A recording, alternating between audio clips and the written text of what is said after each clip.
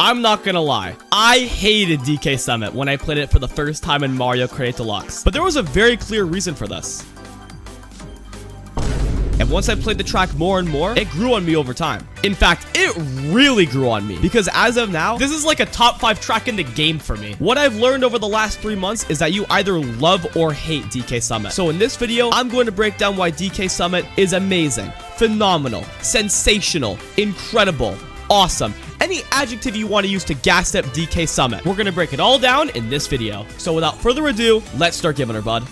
But before we kick things off, it's important to mention that this track is one of, if not the most controversial track in Mario Kart 8 Deluxe. Like I said, you either love or hate DK Summit. So we're going to split this video up into 2 different segments. The first segment is going to be me gassing up DK Summit like it's my job and detailing why this track is so amazing. In the second segment, I'm going to be addressing all criticism people have regarding this track. It's going to be a mix of me understanding and in some cases even agreeing with the criticism, explaining why certain critiques don't take away from how good the track is, or explaining why certain critiques actually make the track better. It may not make sense, but you'll understand what I'm talking about later on. So with that said, let's gas up DK Summit.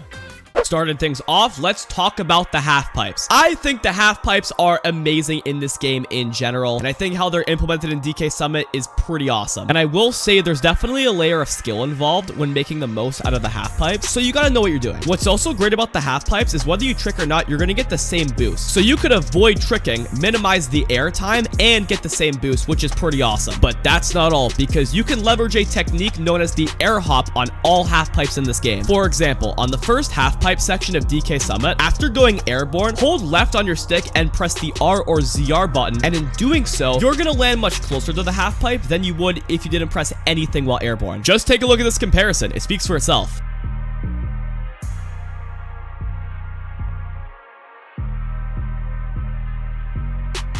Now, in regards to the first half-pipe section, this technique is only useful for aligning yourself to get the tricks off the snow ramps after. As for the second half-pipe section, this is a completely different ballgame. You want to aim your vehicle just above the half-pipe so you get as minimal air as possible while still getting the half-pipe boost. Once you're airborne, hold right on your stick and press the R or ZR button. You should land close enough to the half-pipe to do the same thing again really quickly. Begin a right drift once you land from the second half-pipe trick, and release your mini-turbo just before going off the half-pipe one last time. Being airborne is all you need to clear this final turn and finish the lap in style. So yeah, I love the half pipes. However, not everyone shares that same opinion.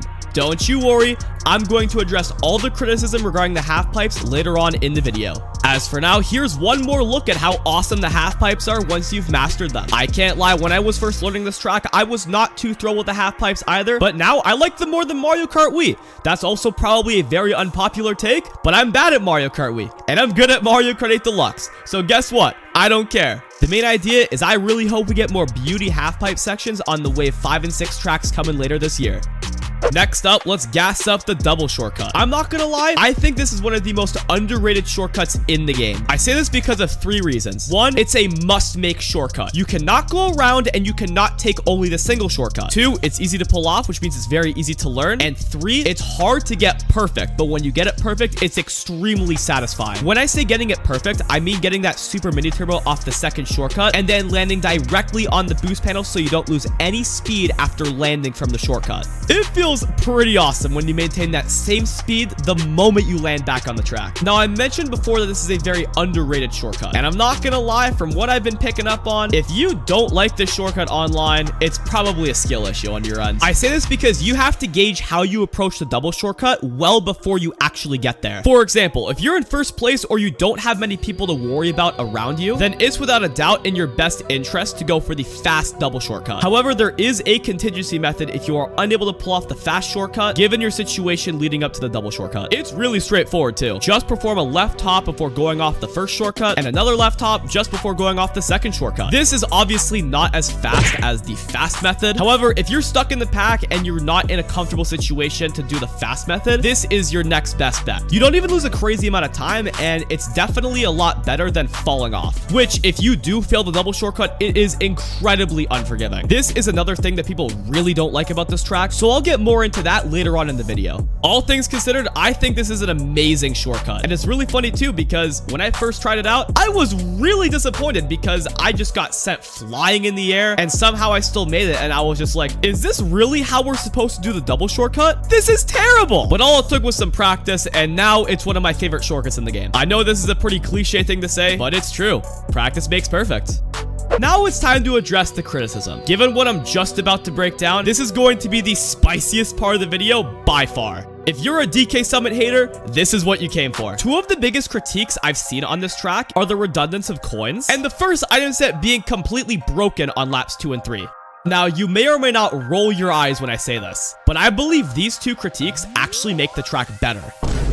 Okay. Let me explain, because it actually makes sense. Individually, it's understandable why people don't like these two things. In regards to the redundance of coins, yeah, it is really hard to collect coins on this track. Unless you're going well out of your way to ensure you have a high coin count, upping your coin count is going to be a real challenge when you're driving normally. However, this is where the first item set comes into play. You see, on laps 2 and 3, if you're in the middle of the pack, you're pretty much guaranteed to get a really good item or two from the first set. The item system in this game is heavily influenced by how far you are away from people. So because of the cannon glider, you can manipulate the game into thinking you're way farther away from the people in front of you than you actually are. In doing so, you could be in like 3rd place and pull a star. It's insane. Like I mentioned before, individually, it makes sense why people would critique this track for this item set. Now you're probably thinking, if these two critiques are valid on their own, how the hell do they make the track better?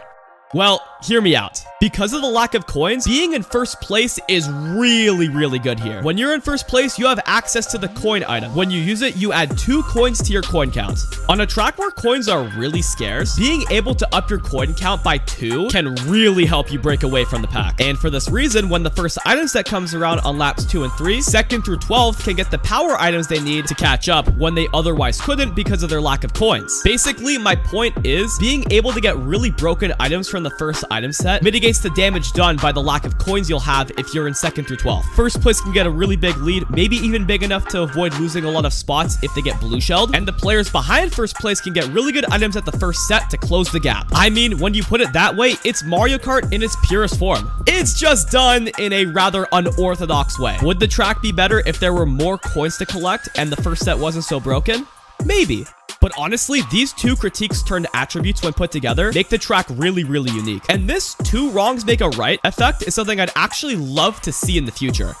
I'm not going to break down the other critiques in as much depth as I did the lack of coins and the first item set, but I will mention them, and I'll give you guys a brief summarized breakdown on these critiques. Going back to the half pipes, a lot of people think the half pipes are really jank in this game, and I know that one clip simply exists. And while it hasn't happened to me yet, let's be honest, 99 times out of 100, this is not going to happen to you. If anything, it makes the track a bit better because it's funny. Moving on, let's talk about the bump section, because a lot of people actually don't like this that much. People don't really like how big the bumps are. They could have been like Mount Wario, where they're really small and you could farm a bunch of tricks off of them, and that's kind of how they were on the original DK Summit back in Mario Kart Wii. But as long as you have a consistent method for approaching these bumps, I think they can be really fun to go off of, and the more you practice them, the better your alignment will be for the double shortcut. Now, as for the double shortcut, if you fail it, it's probably your fault. However, you could be put in a situation where it is actually impossible for you to make it. This could be getting lag trailed off the double shortcut or getting target shocked. Obviously, you can't do anything about that, and in this case, yeah, it is pretty rough. Not only do you fall for 2 centuries, but Lakitu will take 3 more centuries to get you back on the track. This is the critique that I can absolutely understand and agree with. However, that's why it is so important to master the double shortcut and make sure you're ready for anything.